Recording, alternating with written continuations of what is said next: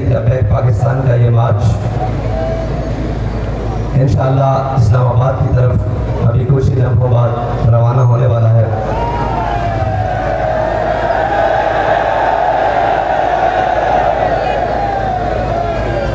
پاکستان کے اندر اس وقت جو سیاسی، دینی، مذہبی، معاشی عدم استحکام ہے، اس کے جو اثرات پاکستانی عوام پر، پاکستانی قوم پر اور ملک پر پڑ رہے ہیں، ان سب کو ملیامیٹ کرنے کے لیے اور اس منشور کو آگے رکھ کر چلنے کے لیے، جس مقصد کے لیے پاکستان بنایا گیا تھا، جو مقصد ہمارے بڑوں نے سامنے رکھ کر پاکستان اس خطۂ عظیم پاکستان کے وجود کو قیام میں لایا، اس مقصد کے حصول کے لیے انشاءاللہ تحریک لبیک پاکستان جاری ہے۔ اور تحریک لبیک پاکستان کی جو موجودہ مہنگائی ہے، اس میں پیٹرولیم کی مصنوعات کی قیمتیں جو آسمان کے ساتھ جا لگی ہیں، ان کے خلاف، اور اس وقت جو مہنگائی کے، چکی کے، ظلم کے، بد امنی کے، اور جو پاکستانی قوم کا حال کر دیا ہے، انفراسٹرکچر تباہ ہے، عدل نہیں ہے، یہاں پر تھانہ کلچر، پٹوار کلچر اور سارے ان ازم نے جس نے بھی پاکستان کو جھگڑا ہوا ہے، وہ جابرانہ نظام ہو، ظالمانہ، سردارانہ اور جو بھی نظامات ہیں، ان کے خلاف تحریک لبیک پاکستان کا یہ پاکستان بچاؤ مارچ ہے، اور اس ظالم سے بچاؤ مارچ ہے جو 76 سالوں میں اس پاکستان کے اوپر مسلط ہے، وہ کسی بھی روپ میں ہے، وہ رنگ، نسل اور جناب دین کے نام پر، سیاست کے نام پر، طاقت کے نام پر، جس نام پر بھی مسلط ہے، اس سے پاکستان کو بچانے کے لیے پاکستان مارچ الحمدللہ اپنی منزل کی جانب رواں دوا ہے۔ اور جس طرح اہلیان سندھ خصوصاً اور اہلیان پنجاب نے جس طرح محبت کا اظہار کیا ہے، اور جو ان کی آنکھوں کی چمک اور رونق تحریک لبیک پاکستان کے اس مارچ کے پہنچنے کے اوپر سامنے آئی ہے، اس سے یہ پتہ چل رہا ہے کہ ہر ظلم انشاءاللہ مٹنے والا ہے، اور حضور صلی اللہ علیہ وسلم کا دین تک پہ آنے والا ہے، اور جو کچھ 76 سالوں میں اس وطن عزیز پاکستان کے ساتھ کیا، اب اس کے احتساب کا وقت آنے والا ہے، اس کے اندر جو جو ملوث ہے، اس کے بھی اب مٹنے کا وقت آنے والا ہے، اور انشاءاللہ پاکستان اپنی درست سمت کی جانب، جس سمت کے لیے ہمارے بڑوں نے پاکستان بنایا تھا، اس جانب بڑھنے والا ہے۔ بہت شکریہ۔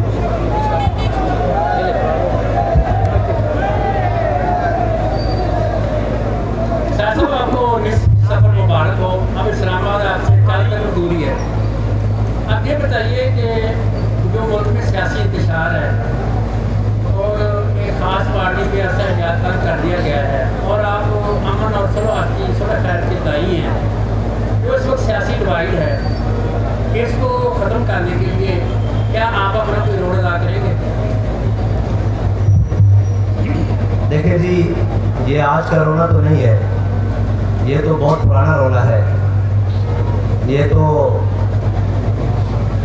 محسن پاکستان قائد اعظم محمد علی جناح سے لے کر، پھر فاطمہ جناح سے لے کر، پھر مجیب الرحمان سے لے کر، پھر بھٹو صاحب سے لے کر، پھر جناب آگے چلتے ہوئے آج تک یہ سلسلہ پہنچا ہے۔ اس کے اندر ہم جو اپنا کردار ادا کر سکتے تھے وہ کر رہے ہیں۔ اگر مزید بھی جہاں ہم سمجھتے ہوئے کہ ہماری ضرورت ہے، انشاءاللہ ملک، قوم اور ملت کے لیے کھڑے رہیں گے، کھڑے ہیں اور انشاءاللہ کھڑے رہیں گے۔ اور دوسری بات ہے کہ یک طرفہ ٹریفک اس کے ہم قائل نہیں ہیں۔ اگر عدل ہو تو سب کے لیے ہو، اور اگر جناب احتساب ہو تو سب کا ہو، اور اگر پکڑ میں آئے تو سارے پکڑ میں آئیں، اور ایک کے ساتھ کسی خاص وجہ سے یا خاص سے ہم اس کے پہلے بھی خلاف تھے، آج بھی خلاف ہے، اور انشاءاللہ آئندہ بھی خلاف ہے۔ پاکستان بچاؤ مارچ ہے، یہ مارچ کے تک رہے گا یا آگے کچھ پلان ہے؟ اور اس کے علاوہ دوبارہ بھی مارچ ہے یہاں پہ، یہ صرف مارچ کے تک رہے گا، اس کے علاوہ کچھ اور آپ کا پلان ہے؟ اور دوسرا یہ بتائیے گا کہ اب جو موجودہ ملکی صورتحال، سیاسی صورتحال ہے، اس پہ آپ سمجھتے ہیں کہ اس سال الیکشن کے کوئی امکانات ہیں اور ٹی ایل پی اس چیز کے لیے تیار ہے؟ دیکھیں، آپ نے سوال کیا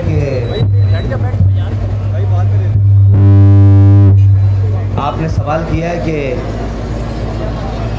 ہم مارچ کی حد تک رہیں گے، یا ہمارے مطالبات ہیں، وہ بہت سارے مطالبات ہیں جن میں ایک ناموس رسالت کا سب سے پہلا مطالبہ ہے کہ جو حالیہ گستاخیاں ہوئی ہیں ان کے خلاف فی الفور عملی اقدامات کیے جائیں۔ دوسرا مطالبہ یہ ہے کہ قوم کے اندر جو مہنگائی کے اندر پیسا گیا ہے وہ مطالبہ ہے۔ تیسرا ہے قوم کی بیٹی ڈاکٹر عافیہ صدیقی کو واپس آنے کے لیے عملی اقدامات کیے جائیں۔ اور اس کے بعد بہت سارے مطالبات ہیں جن میں یہ بھی ہے کہ پاکستان کی قومی زبان کو پاکستان کے اندر عملی طور پر سرکاری طور پر دفاتر کے اندر کیا جائے۔ جب باقی قومیں اپنی قومی زبان میں اپنا نظام چلا سکتی ہیں تو پاکستانی قوم اپنے اور پاکستان میں اردو کا نظام کیوں چل سکتا ہے؟ یہاں انگریز کا نظام 1947 سے لے کر آج تک جس کی ہم شاید اے اور بی بھی نہیں بدل سکے، اس کو بدلنے کا وقت ہے۔ اور اکنامک ریفارمز کی ضرورت ہے، جوڈیشل ریفارمز کی بھی ضرورت ہے، ایگریکلچر ریفارمز کی بھی ضرورت ہے، جو ہمیں ریلوے ریفارمز کی بھی ضرورت ہے۔ ہر چیز جو وہ ہمیں دے کر گئے تھے وہ اسی طرح سے چل رہی ہے۔ ہم نے ان 76 سالوں میں کچھ بھی نیا نہیں کیا، بس یہ کیا ہے کہ جو بلوچ ہمارے ساتھ تھے وہ آج ناراض ہو گئے ہیں، جو اہلیان سندھ ہمارے ساتھ پاکستان کا نعرہ لگاتے تھے آج وہ ناراض ہیں، جو جناب خیبر پختونخوا کے ناراض تھے پاکستان بنانے کے اندر، جنہوں نے کہا تھا یہاں بارڈر کے اوپر فوج کی ضرورت نہیں ہے، ہم جب تک زندہ ہیں، آج وہ بھی پاکستان سے ناراض ہیں۔ تو یہ ہماری اپنی پالیسیاں اور ان پالیسیوں کو درست کرنے کے لیے انشاءاللہ ہمارا وقت میدان عمل میں ہے۔ حافظ صاحب یہ بتائیں کہ آپ نے مارچ تو شروع کیا ہے، اس سے قبل جو سا بجٹ ہے مہنگائی کا طوفان لے کے آیا ہے، غریب پس گیا ہے، تو آپ کیا دھرنا دیں گے وہاں پہ اپنے مطالبات حل کرنے کے لیے کہ یا منوا کے آئیں گے؟ تو غریبوں کو کس طرح ریلیف ملے گا؟ لوگوں کو آپ کی طرف کی ساری نصیحت۔ دیکھیے جی، بجٹ میں تو انشاءاللہ ریلیف ہوگا، ضروری ہوگا، وہ تو ہمارے مطالبات میں ہے نا ساری چیزیں۔ رہی بات کہ یہ تو ان سے سوال ہونا چاہیے جنہوں نے بڑا سمجھدار وزیر خزانہ بلایا ہے اور کہا تھا کہ ڈالر کو کنٹرول کرے گا، تو ڈالر تو اس وقت 300 سے بھی اوپر کی اڑان بھر رہا ہے، اور جنہوں نے کہا تھا ہم معیشت قابو کر لیں گے، یہ تو سوال ان سے ہوگا، اور وہ ہمارے ساتھ انشاءاللہ آمنا سامنا ہوگا، اور ہم ان کو بیٹھیں گے کہ کون سی جگہ پر معیشت کیسے درست ہو سکتی ہے۔ یہ جب ہمارے ساتھ کہیں بیٹھے یا ہمارے سامنے آئے تو انشاءاللہ ان کو بتایا جائے۔ اچھا آپ صاحب یہ بتائیں، آپ صاحب بتائیے گا کہ پاکستان بچاؤ مارچ کے لیے آپ کراچی سے نکلے ہیں، لاہور پہنچ چکے ہیں، اسپیشلی پاکستان بچاؤ مارچ ہے، بجٹ جو بھی پیش کیا جا رہا ہے، اگر یہ عوام دوست نہ ہوا تو آپ پاکستان کو کیسے بچائیں گے اور پاکستانی عوام کو کیسے بچائیں گے؟ اس وقت صرف آپ کی طرف دیکھ رہے ہیں۔ دیکھیں، بجٹ اگر عوام دوست نہ ہوا تو ہم عوام دوست بجٹ وائٹ پیپر کی شکل میں جاری کریں گے اور بتائیں گے کہ یہ مراعات، یہ اشرافیہ کو سہولیات کم کر کے قوم کو سہولیات دی جا سکتی ہے۔ اس وقت 3 بنیادی چیزوں کی ضرورت ہے۔ ایک ہے قوم کو بھوک سے بچانا۔ آپ نے دیکھا ہم کئی شہروں سے گزرے، یہ میاں چنو کے اندر 10 بچوں کے والد نے خودکشی کی، ہم وہاں جس دن مارچ لے کر پہنچے دل دہل گیا۔ اس کے بعد صحت ہے اور اس کے بعد تعلیم ہے۔ یہ تینوں چیزوں کے اوپر انشاءاللہ ہماری ٹیم تیار کر رہی ہے۔ اگر حکومت وقت نے عوام دوست بجٹ نہ دیا تو پھر ہم اس کے مقابلے میں آج بھی ہم تیار ہیں وہ ساری باتیں بتانے کے لیے، لیکن وہ پریس کانفرنس میں تو نہیں بتائی جاتی، وہ تو وائٹ پیپر میں ہم جاری کرنے جا رہے ہیں۔ وہ ساری چیزیں ہم قوم کے سامنے رکھیں گے کہ یہ مراعات ہیں جن کو کم کر کے احساس پروگرام کو ختم کر کے اگر اسمارٹ انڈسٹریز لگائی جائے تو قوم کو بہت ساری سہولیات ملیں گی۔ بے نظیر انکم سپورٹ کے نام پر قوم کو روڈوں پر اگر نہ جناب گھسیٹا جائے اور اگر اسمارٹ انڈسٹریز یا کوئی قوم کو جناب روزگار دیا جائے تو وہ لوگ جن کا 2000 سے کچھ نہیں بننے والا، اس پیسے سے اگر کوئی روزگار لگا دیا جائے تو بہت سارا سہولیات ہو سکتی ہیں۔ اچھا آپ سب یہ بتائیے، یہ تیاری کی ہوئی ہے کہ کراچی سے یہاں تک لاہور تک آپ پہنچ گئے، تو اس کے دوران کوئی حکومت کے ساتھ آپ کے جو آپ نے مطالبات رکھے ہیں اس سے کوئی بات ہوئی ہے؟ اور اگر اسلام آباد آپ پہنچتے ہیں اور مطالبات نہیں مانے جاتے تو دھرنا دینے کا پروگرام ہے، کیا پروگرام؟ دیکھیں جی، ابھی ہمارا مارچ چل رہا ہے اور مطالبات چل رہے ہیں، جب نہ مانے گئے تو پھر ہم سوچیں گے کہ ہم نے منوانا کیسے، وہ آپ کو وقت کروانا۔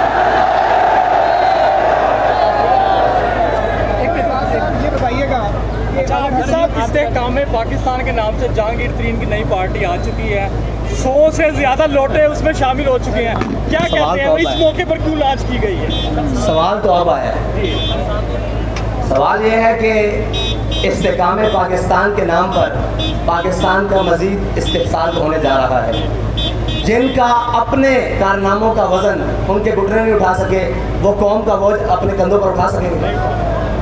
وہ تو بھاگ کر گئے ہیں، اور 100 کیا کہتے ہیں قائدین جمع ہو گئے ہیں، اور میری دعا ہے اللہ کرے ایسے ہی ہیلی کاپٹر کی سارے کارکنان بھی کریں، اور اللہ کرے ان کو بھی نصیب ہو جائے اور یہ بن جائے. لیکن پاکستان کو ایک اور تجربے کی بھینٹ چڑھایا جا رہا ہے، اس کا خمیازہ قوم کو بھگتنا پڑے گا اور پاکستان کو بھگتنا پڑے گا، باقی کسی کے سر پر کوئی اثر نہیں.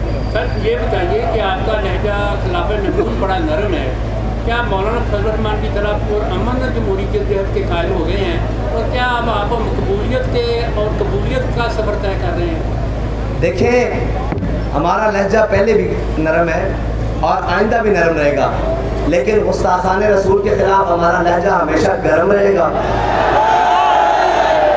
پاکستان کے غداروں کے خلاف ہمارا لہجہ ہمیشہ گرم رہے گا. ہماری آنکھیں بھی شعلے نکالیں گی، ہمارے گلشن سے بھی شرارے پھوٹیں گے. آپ نے سوال کر کے منہ نیچے کر لیے. بس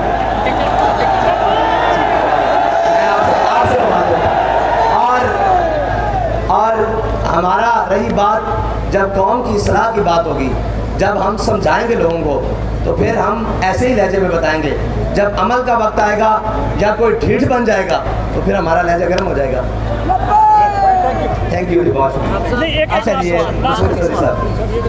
آخری سوال یہ ہے کہ 295C پر آج تک کسی کو سزا نہیں ہوئی، اور پاکستان کے اندر بہت ساری گستاخیاں جو ہیں ان کا جاری رہنا ایک افسوسناک خبر ہے. کیا جو جس گستاخوں کے خلاف آپ نکلے ہیں کیا اس میں سزا دلوانے کی شک شامل ہے؟ اور اگر 295C کو ختم کرنے کی کوئی بات کی جاتی ہے، جس طرح بین الاقوامی طور پر ہم اکثر سنتے رہتے ہیں کہ ختم کرنے کی کوشش جاری ہے، تو کیا اس کے اوپر آپ لائحہ عمل اختیار کریں؟ دیکھیں 295C انشاءاللہ یہ ریاست پاکستان مملکت خداداد پاکستان ہے، یہ اس میں 295C کا بھی ختم نہیں کیا جا سکے گا، اس لیے کہ اس میں رہنے والے تمام مسلمان پاکستان ہیں اور ہر ایک کا دعویٰ ہے کہ ہم بھی عاشقان رسول ہیں. اور اس دعوے پر دلیل یہ ہے کہ اس وقت تک الحمدللہ 295C پاکستان کے آئین کا قانون کا حصہ ہے. رہی بات کہ گستاخان رسول کو عملی سزا، اس کے لیے ہم جو مطالبات کرنے جا رہے ہیں وہ ہے CBD کاؤنٹر بلاسفیمی ڈپارٹمنٹ.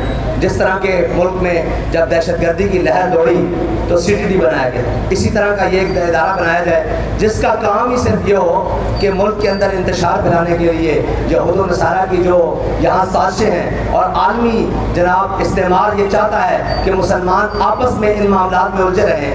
ناموس رسالت پر میں نے کمزور سے کمزور مسلمان کا بھی موقف کمزور نہیں دیکھا. وہ عملی طور پر کمزور ہو سکتا ہے لیکن عشق رسول میں، ناموس رسالت میں اس کا موقف کمزور نہیں ہے. ٹھیک ہے، اور اسی لیے 295C محفوظ ہے. ہاں اس کا عملی نفاذ کے لیے انشاءاللہ ہم یہ مطالبہ کرنے جا رہے ہیں، اور ہمارا مطالبہ بھی ہے کہ اس کا ٹرائل اسپیڈی ٹرائل ہونا چاہیے.